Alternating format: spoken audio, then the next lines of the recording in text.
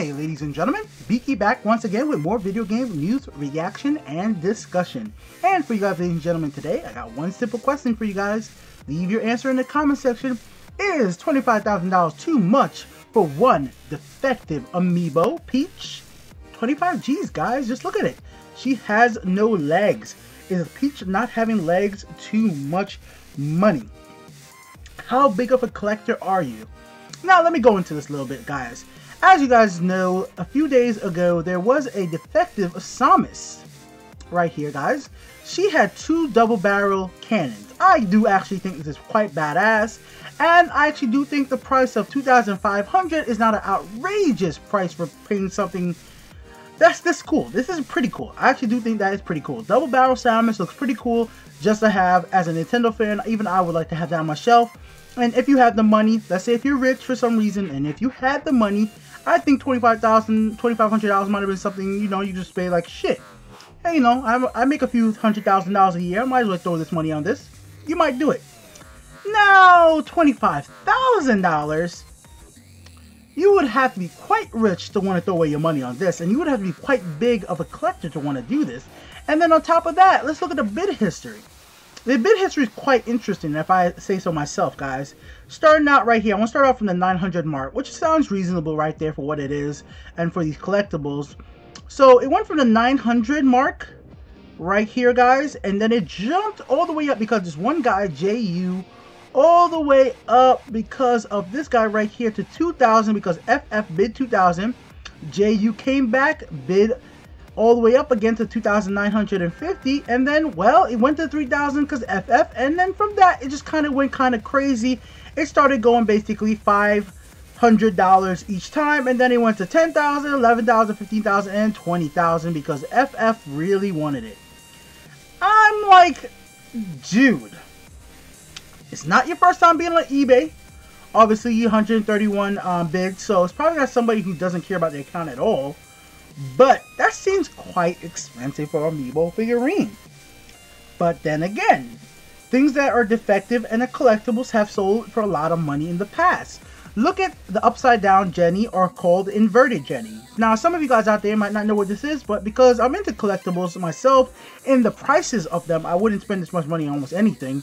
But this upside down stamp right here, as you guys can tell with the plane being upside down, it's called the inverted Jenny. Some people call that upside down Jenny, whatever you want to call it. It sold for, well, almost $1 million just because it was printed upside down. This is in a recent auction in 2007. Yeah, from a Wall Street executive. That's how much money he was willing to pay for a stamp that was upside down. So if a Wall Street executive is willing to pay that much money for a stamp, you can bet there's probably some Nintendo fan out there willing to pay that much money for, well, a Legless Peach. Is it worth it? Not for Peach. For the stamp, I can see the stamp. You could probably sell back the stamp to somebody at some point and still hold its value. It's a stamp from a long time ago, it's in very pristine condition, and stamps are extremely collectible. Amiibo figurines, I don't think they're going to be that collectibles even in 50 years. Not that much. So, to you ladies and gentlemen, is $25,000 too much for this? I would say yes. I would think that something more or less like right here, this Mario that goes ball, is selling for $100. I think at $100, that's more reasonable if anything. As you guys see, the one on the left has hair, and the one on the right has no hair.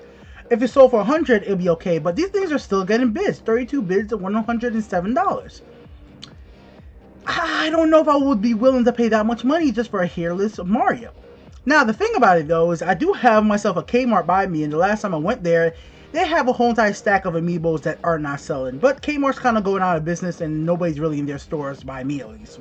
Where I live, Kmart's like a ghost town. That store is, they only have two people at the registers for a huge ass retail store, and you can see more employees walking around this store than you could freaking see actual customers. At least the one I live by. And I remember last time I went there, which was like a week and a half ago. I went there just because it was, whatever it was. When I went there, basically their game section was it was kind of barren.